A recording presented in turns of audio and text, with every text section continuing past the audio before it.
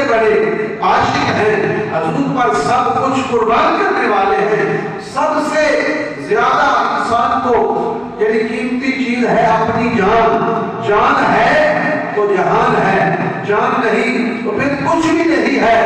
انسان کو سب سے زیادہ عظیم جان ہے۔